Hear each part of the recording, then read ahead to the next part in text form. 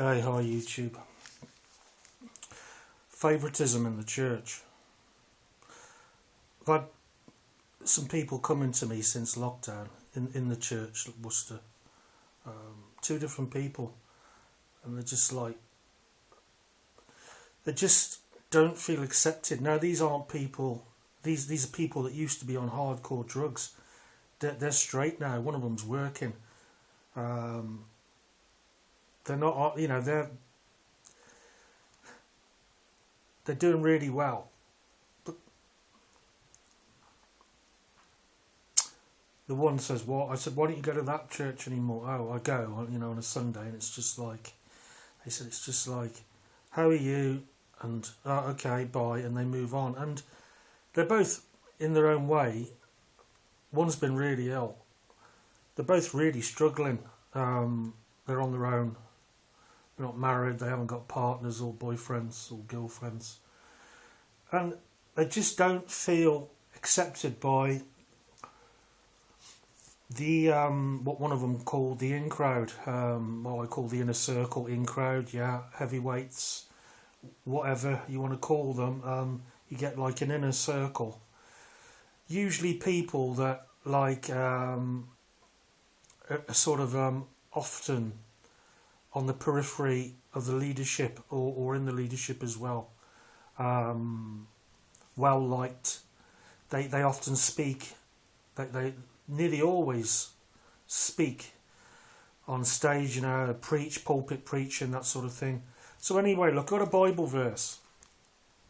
Because Martin and Kitty said, yeah, can you incorporate, a Bible reading that's relative to something that's close to you, and try and explain it, what it means to you. Okay, so here we go. This is a classic, James 1, Book of James in the New Testament. Okay, this was after Jesus had been crucified. This is a letter to the people in the church. Okay, so this is New Testament church. Straight to it.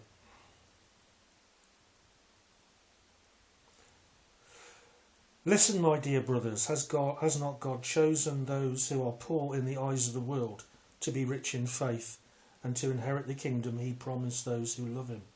But you have insulted the poor. Is it not the rich who are exploiting you?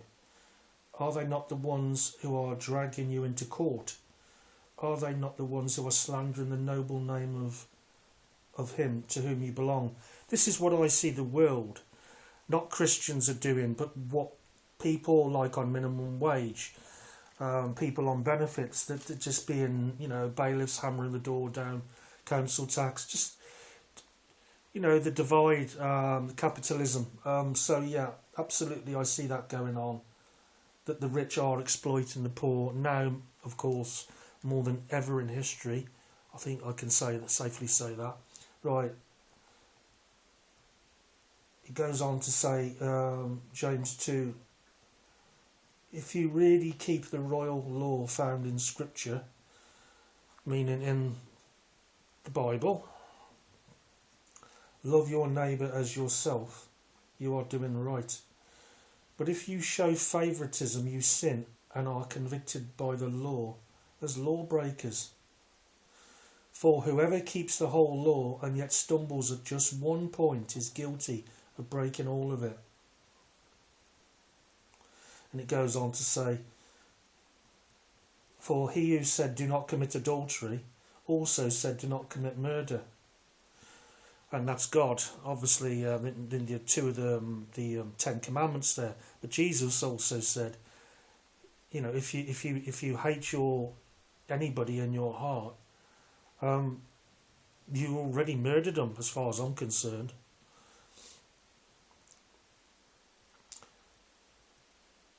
If you do not commit adultery, but do commit murder, you become a lawbreaker.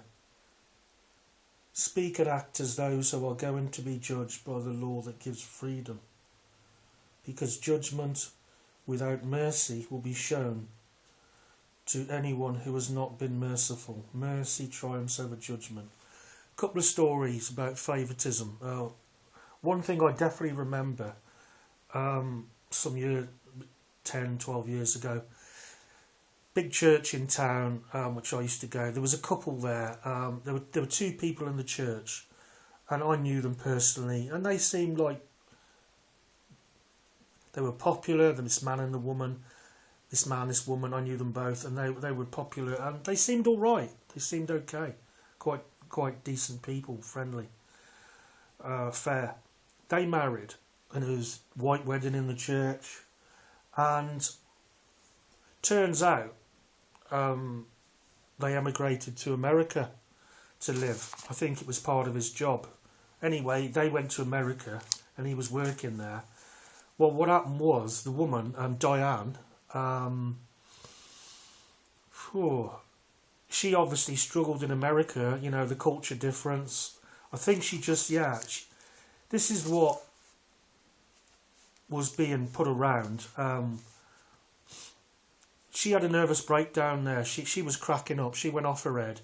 But the marriage was falling apart. And she was getting physically, you know, violent with her husband, attacking him. They got divorced. She ended up in a mental hospital in America, and he came back with his story, you know, and told everybody, oh, well, this is what's happened. She went crazy. The marriage fell apart. You know, it's her fault. You know, I don't know what happened to her. And you know, I'm on my own now, and you know, and he divorced her and met somebody else, and he's remarried. But the heavyweights in the church, the in crowd, was saying, "Oh, poor," I can't remember his proper name, but he was Welsh, Taff. Poor Taff, you know. That woman, you know, Diane, she was always, she always was a bit hyper, wasn't she? You know, and this sort of thing, desperate to get married. When's God going to bring Mr. Right along? So it was like they'd only heard one side of the story, his side, you know, and she's demonised. And he's the poor innocent, you know, man. Okay, it may have been pretty much like that, but to just like basically this woman was just used as a scapegoat, and nobody like, oh yeah, she's got her just desserts, you know, she's gone over to the you know, she stopped, you know, she wasn't following the Lord, you know, she ended up in a mental hospital. Oh, it's so sad, you know, but people just wrote her off. People just wrote her off, you know. And there's that much bullshit in the churches. Even though I know people that are really, I won't go into too much detail because there's people already getting hurt, upset by some of the... Look, I'm sorry, you know, I'll talk to you about it when I see you. It's the only way to do it, person to person. If and when I see you, I hope I do. Anyone's got something to say it to my face, you know. There's that much bullshit flying around in the churches. Favoritism. So yeah, one of you guys, you know, it's got filtered back to you.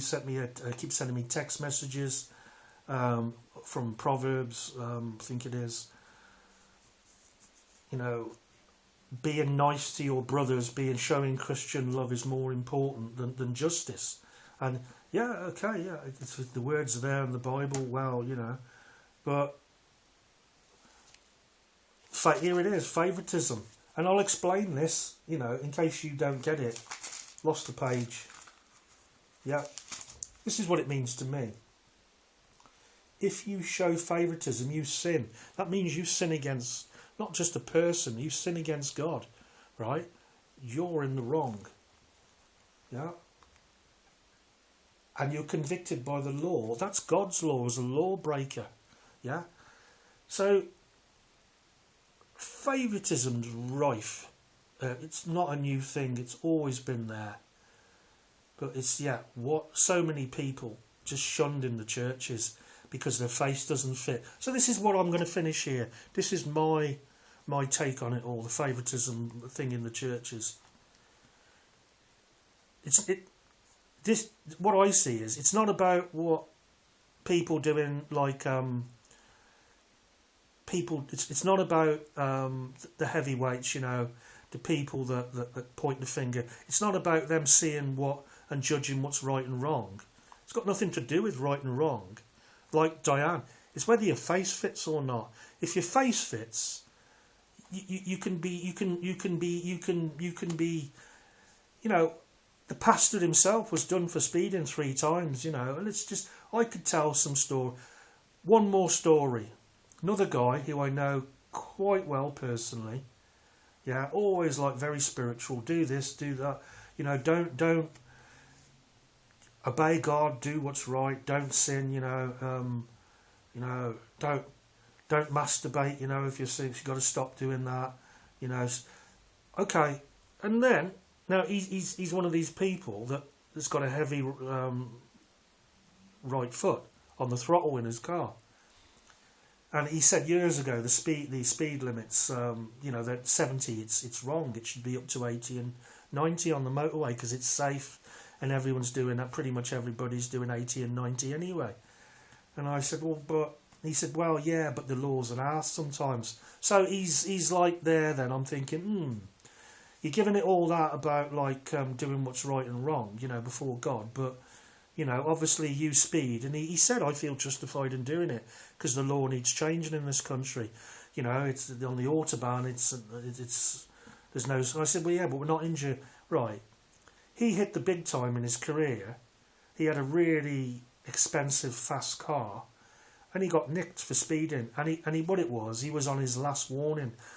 And if you keep getting nicked and getting penalty points, you get banned, don't you? He asked. And I know this because the person he asked, who I won't name either, his father-in-law was a local policeman in Worcestershire, and he was in the local church.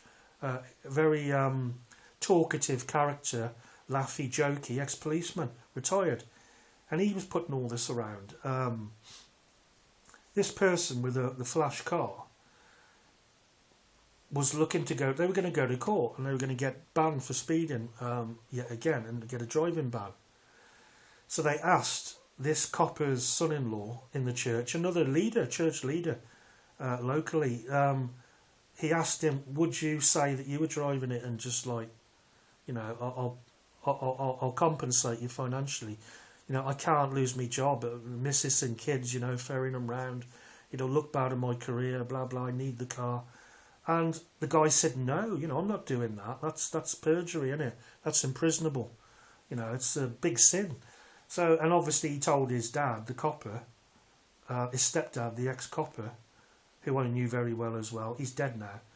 And obviously it got, so it's just like, yeah, but, you know, somebody who's not liked can get done for something like I have been. And ended up in the newspaper.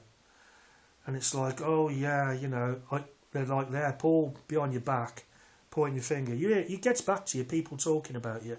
We knew he was a wrong one, you know, he was always dodgy. And yet one of the heavyweights, the in crowd, oh, everybody makes mistakes. It's all right for them. It's bullshit. It's one set of rules. It's like in the world, isn't it? The church has become infected by the world.